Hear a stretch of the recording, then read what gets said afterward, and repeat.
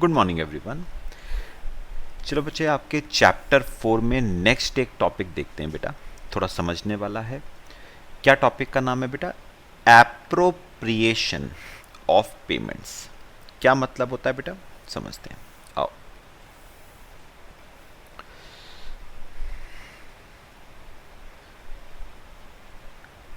Appropriation of payments. बेटा बस ध्यान से समझना है मेरी बातें, पूरा एग्जाम्पल से समझेंगे बेटे।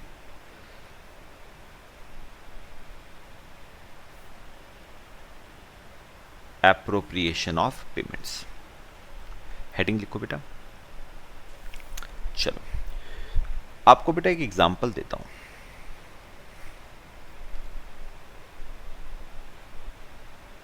पता है, थोड़ा बड़ा बनाना। एक पर्सन है मिस्टर ए और एक पर्सन है मिस्टर बी। ए और बी।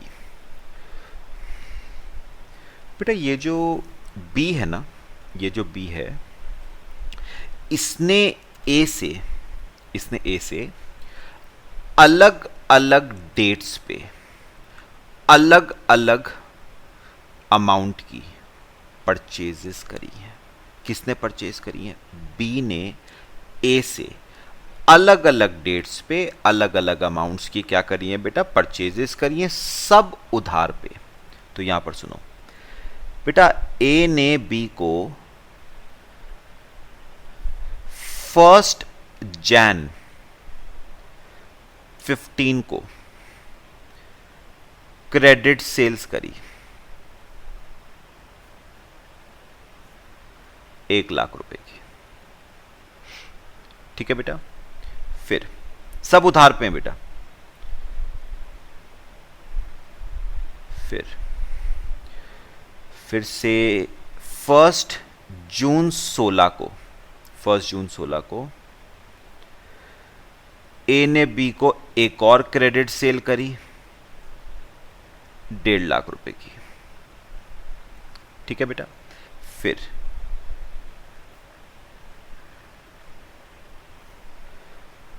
1 जन 18 को ए ने बी को एक और क्रेडिट सेल्स करी 2 लाख रुपए की। कॉपी करो बेटा इसे।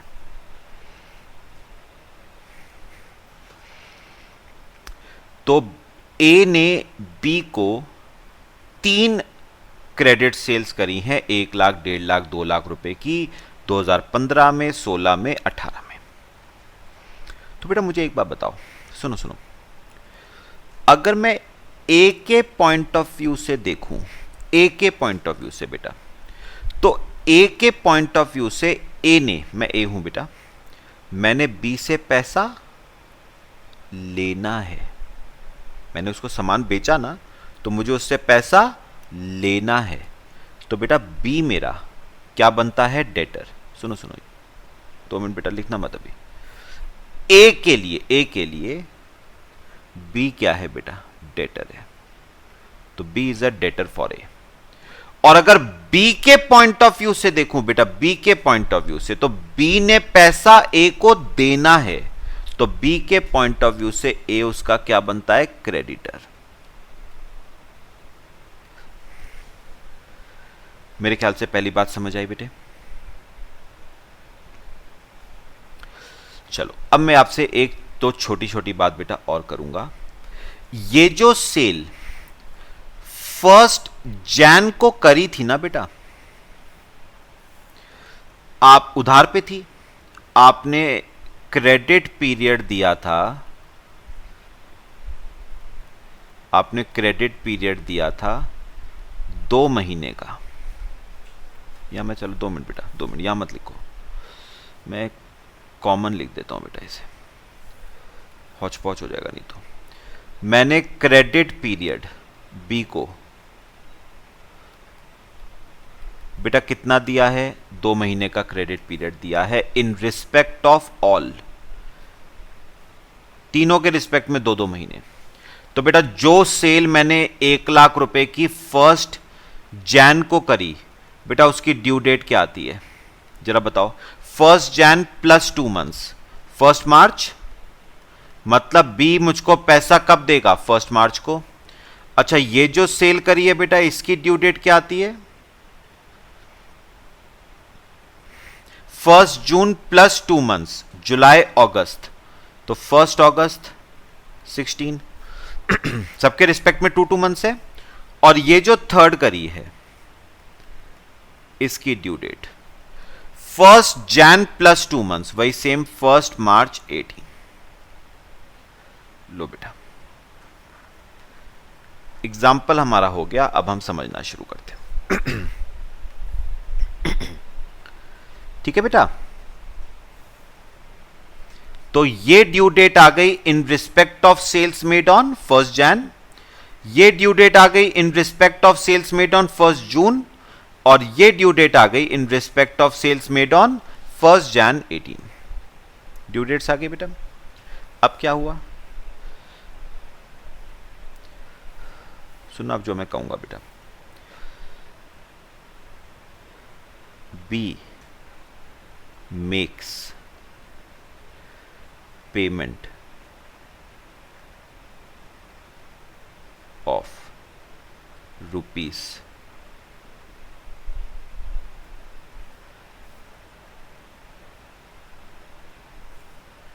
B makes payment of rupees से 2 lakh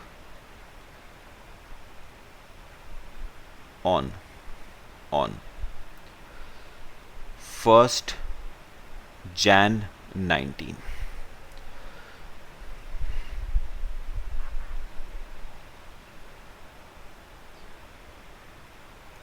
B makes payment of rupees 2 lakh on 1 Jan 19।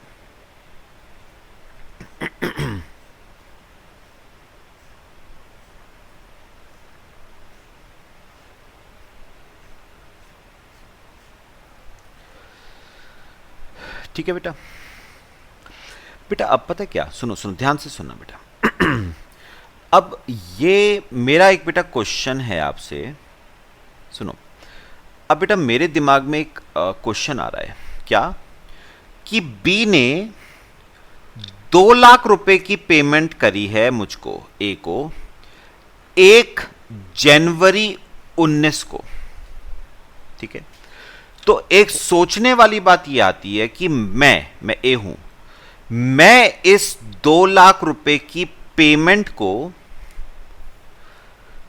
कौन सी सेल्स के अगेंस्ट एप्रोप्रिएट करूं?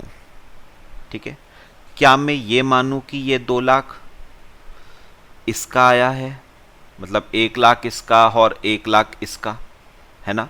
या मैं ये मानूं 1.5 लाख इसका आया है, 50,000 इसका आया है, या मैं मानूं पूरा 2 लाख इसका आया है?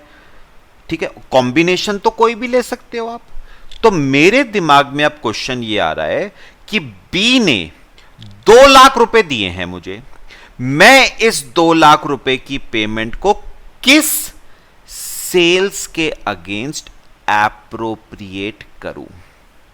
मैं इस 2 लाख रुपए को, इस 2 लाख रुपए की पेमेंट को कौन सी सेल्स के अगेंस्ट एप्रोप्रिएट करूं? क्या मैं 2 लाख रुपए 1116 की जो सेल्स है इसके अगेंस्ट कर दूं, या मैं 1 लाख इसके अगेंस्ट करूं, 1 लाख इसके अगेंस्ट करूं, या मैं 1.5 लाख 1 जून वाले के अगेंस्ट करूं और 50,000 1 जैन 15 वाले के अगेंस्ट करूं? मतलब कॉम्बिनेशन क्या लूं? तो मेरे दिमाग में अब जो क्वेश्चन है बेटा, वो क्वेश्चन क्या है, मेरे दिमाग में क्वेश्चन क्या है, how shall A appropriate payment of rupees 2 lakh received from B. तो बेटा उन्होंने कहा कि ए इस 2 लाख की पेमेंट को एप्रोप्रिएट कैसे करें, मतलब इस 2 लाख रुपए की पेमेंट को मैं एडजस्ट किस सेल्स के अगेंस्ट करूं, जो 1 Jan 15 में करी या जो 2016 में करी या जो 2018 में करी, कैसे एप्रोप्रिएट करूं, क्या मानूं मैं कि ये 2 लाख रुपए किसका आया है, ये बेटा मेरा सवाल है। पक्का बेटा लॉ ने आपको ना इसका जवाब दिया और लॉ ने कहा पॉसिबली 3 सिचुएशंस अराइज कर सकती हैं। कितनी सिचुएशन? 3। लिखो बेटा। बेटा सिचुएशन 1 है, लिखना situation 1, B indicates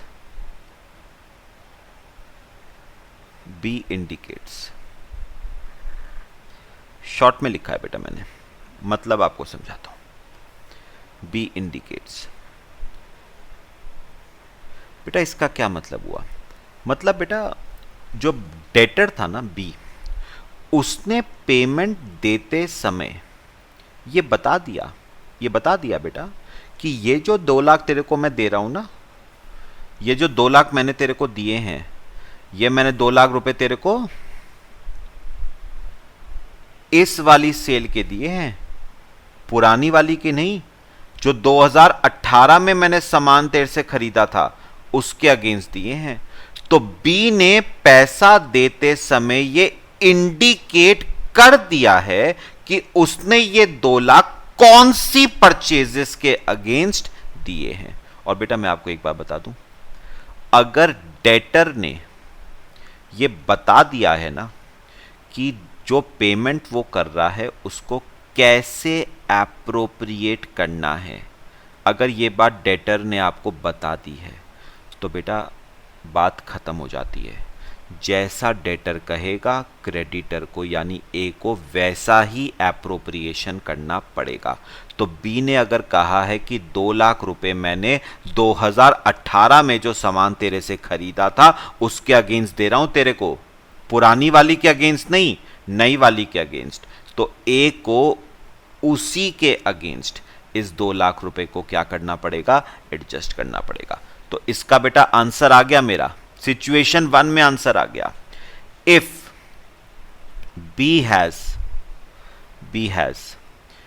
indicated to A as to against which sales,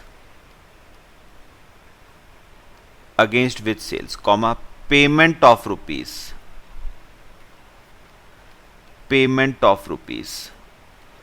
2 lakh is to be appropriated, against which sales payment of rupees 2 lakh is to be appropriated, then A has to make appropriation as indicated by debtor,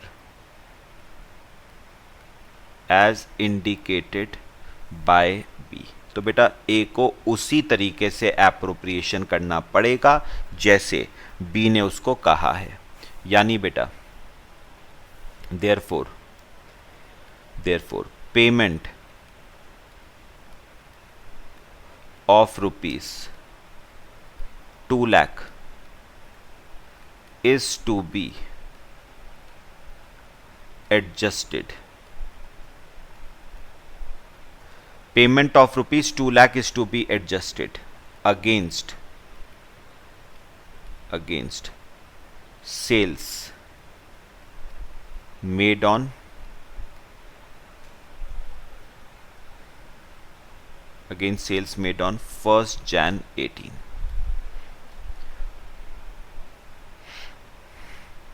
ठीक है बेटा, तो इसीलिए ए को बेटा जैसा B ने कहा है वैसा ही करना पड़ेगा। अगर बी ने कहा है मैंने तुझे ये पैसा इस सेल के अगेंस्ट दिया है, तो उसी सेल के अगेंस्ट वो पैसा एडजस्ट होगा और किसी के अगेंस्ट नहीं। तो मैं यहां पर बेटा लिख देता हूं, पूरा लिख देता हूं। सिचुएशन 1 में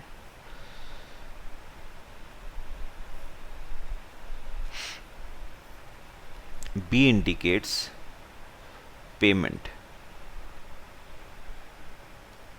is against sale made on 1st Jan 18.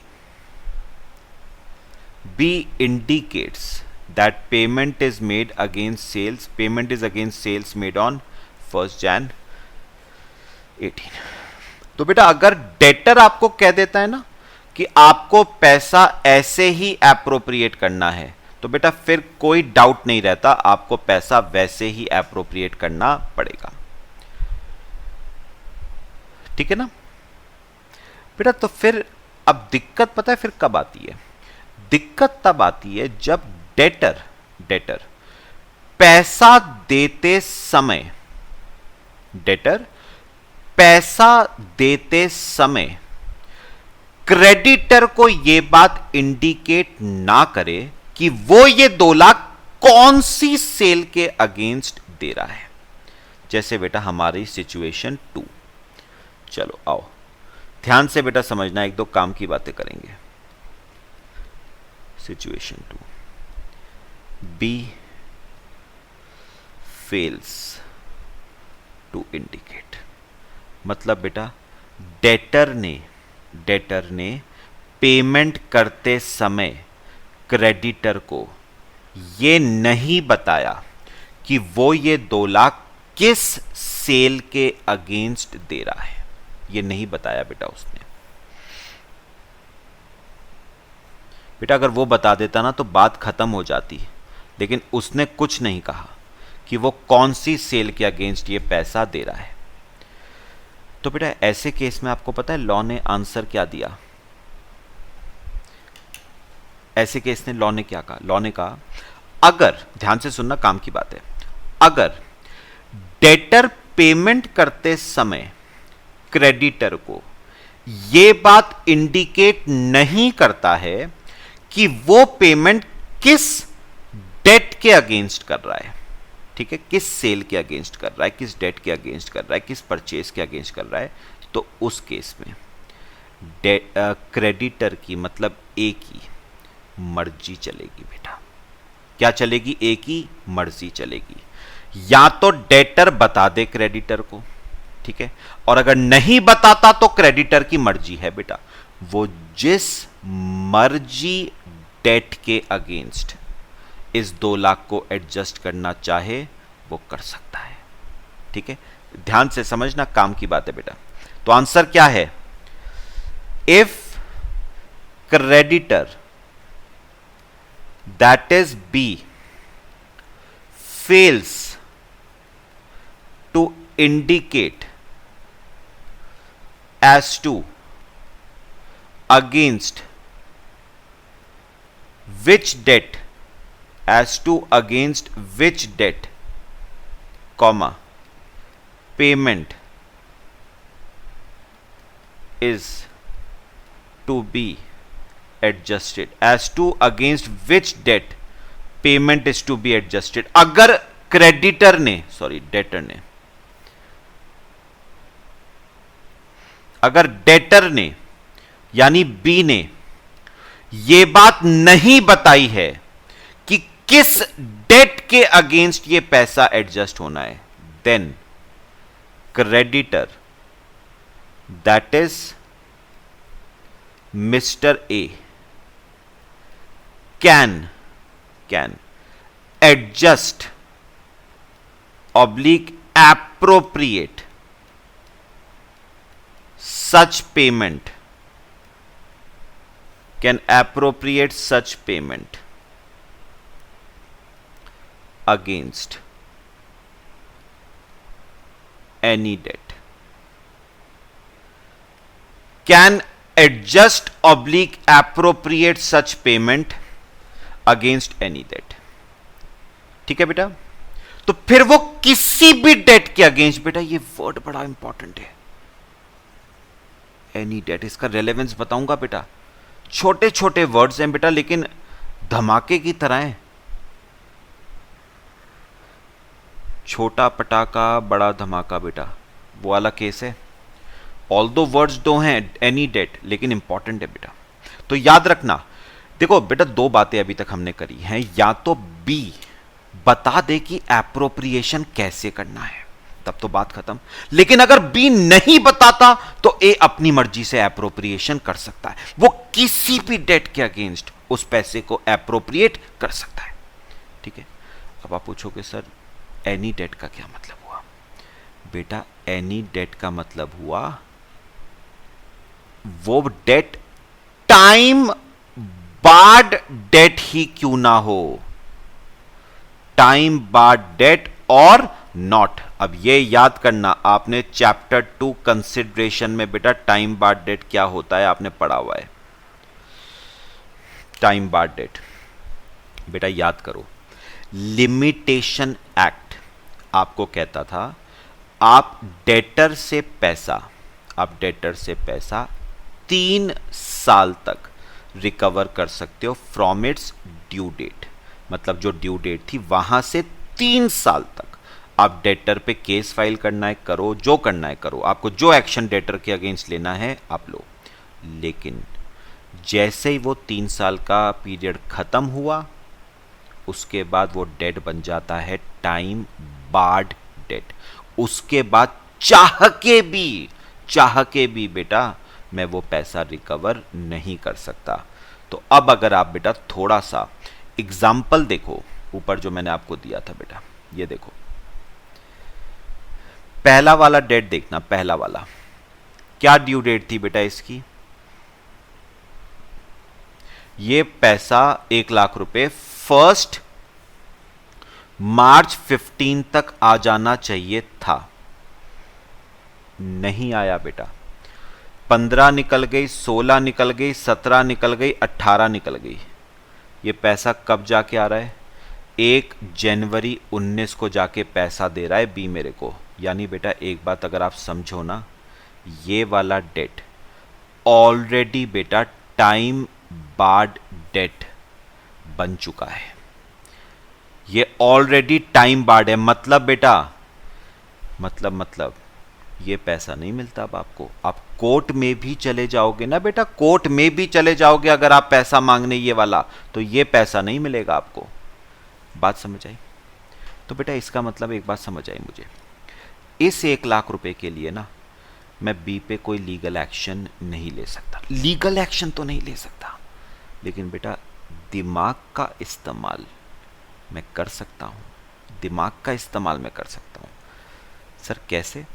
मुझे एक बात बताओ बेटा, मैं लॉजिकल बात आपसे पूछूंगा, लॉजिकल बिल्कुल। उन्होंने कहा बी ने एप्रोप्रिएशन नहीं बताया, मतलब ये पैसा किसके अगेंस्ट एप्रोप्रिएट करना है, कौन से डेट के अगेंस्ट करना है, उसने नहीं बताया। तो लॉ कहता है किसी भी डेट के अगेंस्ट कर सकते हो। तो अपने आप बताओ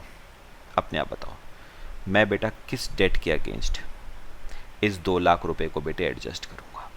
बेटा अगर मैं थोड़ा सा दिमाग है ना मेरे में, तो मैं बेटा पहले इस 2 लाख में से 1 लाख रुपए को मैं पहले एडजस्ट करूंगा किसके अगेंस्ट? टाइम बार्ड डेट के अगेंस्ट सबसे पहले, क्योंकि बेटा ये पैसा वैसे भी एंटाइटल नहीं है अब आपको देने के लिए।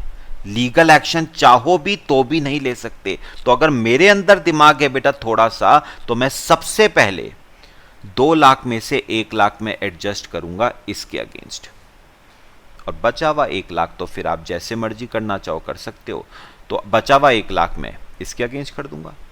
बात समझ आई? लेकिन इंपॉर्टेंट बात यह है कि मैं 2 लाख में से पहले 1 लाख रुपए एडजस्ट करूंगा against that debt which I am not legally entitle to recover, यानी टाइम बार्ड डेट। तो बेटा अगर मैं इस वाले केस में चलूं, तो therefore A will appropriate as follows.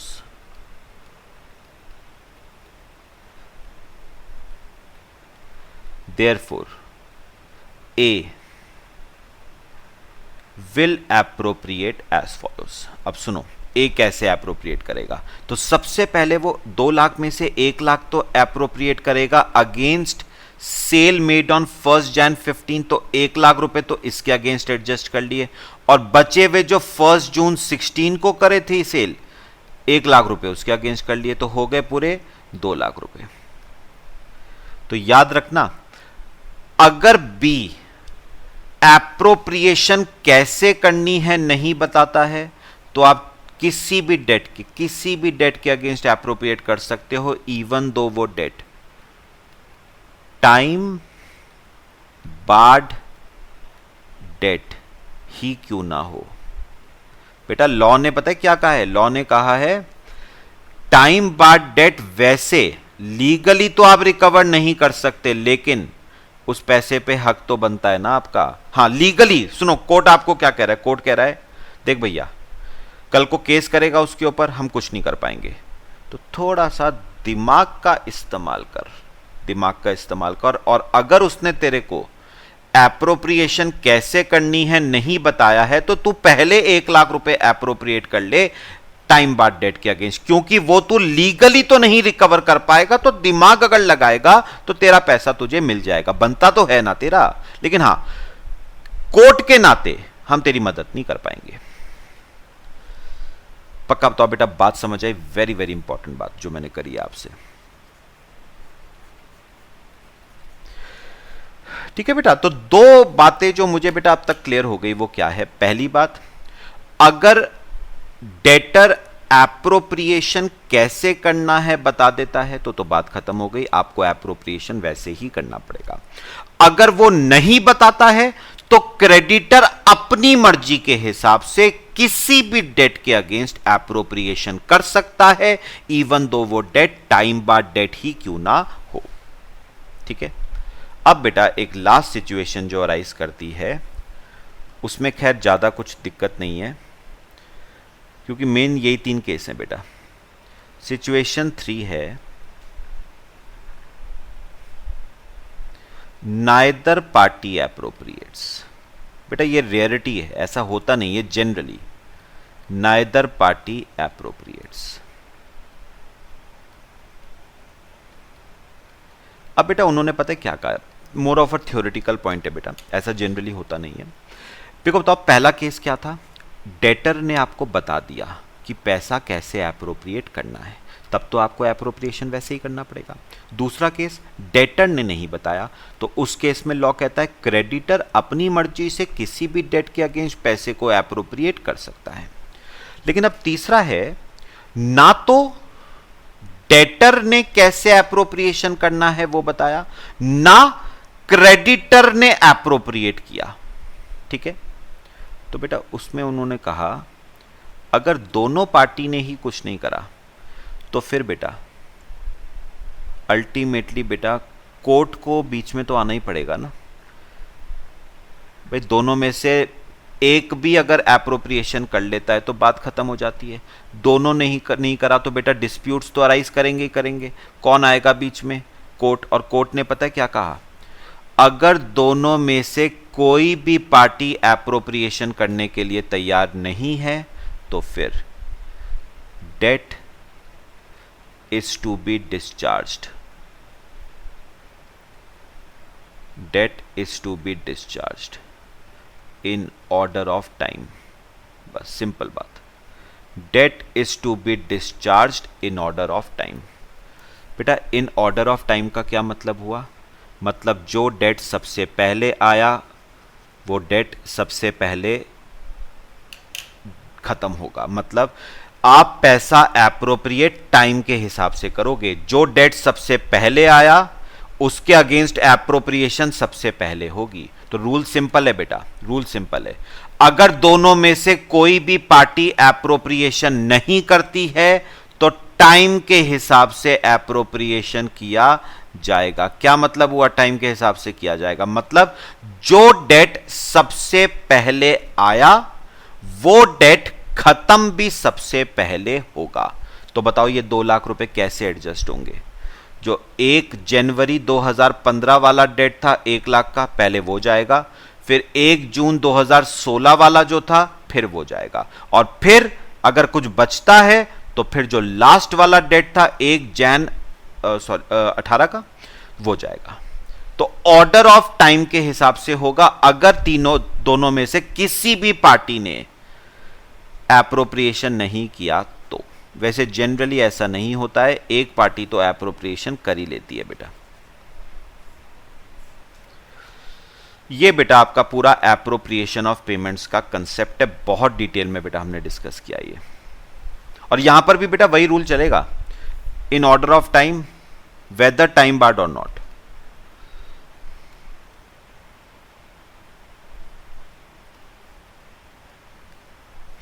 Weather time barred or not.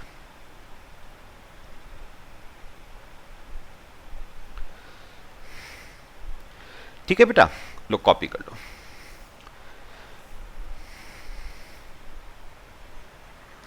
Time के हिसाब से बेटा डिस्चार्ज होगा। अब चाहे वो डेट टाइम बार्ड हो चाहे ना हो, उससे फर्क नहीं पड़ता। टाइम के हिसाब से जो सबसे पहले आया वो खत्म भी सबसे पहले होगा। ठीक है बेटा, चलो बाकी बेटा नेक्स्ट क्लास में डिस्कस करेंगे। मुझे बताओ पूरा ट्रीटमेंट हमने जितना किया क्लियर हुआ बेटा सबको? एक रीडिंग कर लें। देखो वही चीजें बेटा, rules for appropriation of payment. Appropriation of payment where debt to be discharged is indicated, मतलब डेटर ने इंडिकेट कर दिया है कि कौन से डेट के अगेंस्ट वो पेमेंट कर रहा है। तो ये देखो, where a debtor owing several distinct debts to a person, where a debtor मतलब हमारे वाले केस में B, owing several debts 1 Jan 15, 1 June 16, 1 Jan 18 to a person मतलब A, creditor makes payment to him, कितने रुपए की पेमेंट? 2 लाख रुपीस की payment, indicating that payment is to be applied towards discharge of some particular debt. तो बेटा debtor ने बताया था ना कि मैं जो 2 लाख रुपए दे रहा हूं वो तुम्हें एप्रोप्रिएट 1 जैन 18 को जो मैंने परचेजेस करी थी ना उसके अगेंस्ट करना है, then amount must be appropriated accordingly. उस केस में बेटा ए को उसी हिसाब से एप्रोप्रिएशन करना पड़ेगा। फिर appropriation of payment where debt to be discharged is not indicated, मतलब बी ने इंडिकेट नहीं करा है कि वो पेमेंट किस डेट के अगेंस्ट कर रहा है। तो where a debtor B has omitted to intimate, ठीक है, omitted to intimate, then the creditor may at his discretion, discretion मतलब अपनी मर्जी से, apply such payment to any debt. बस बेटा क्या होना चाहिए? वो डेट लॉफुल होना चाहिए, ऐसा नहीं कि अनलॉफुल डेट के अगेंस्ट कर रहे हो। अनलॉफुल डेट तो बेटा वॉइड हो जाएगा ना, लॉफुल डेट के अगेंस्ट नहीं कर सकते आप। Weather time barred or not, मतलब बेटा इवन दो वो डेट टाइम बार्ड ही क्यों ना हो, तब भी क्रेडिटर उस पैसे को उस अमाउंट के अगेंस्ट एडजस्ट कर सकता है, बट लॉफुल होना चाहिए बेटा। फिर application of payment where neither party appropriates, मतलब डेटर ने भी एप्रोप्रिएशन नहीं करा, क्रेडिटर ने में भी नहीं करा, तो उस केस में debt will be discharged in order of time. जो सबसे पहले आया वो खत्म सबसे पहले होगा, इवन दो वो डेट टाइम बार्ड ही क्यों ना हो, whether any debt is time barred or not. बताओ बेटा समझ आया पूरा केस एप्रोप्रिएशन ऑफ पेमेंट्स का? ठीक है, चलो बच्चे बाकी बेटा इसमें नेक्स्ट क्लास में डिस्कस करेंगे। Till then thank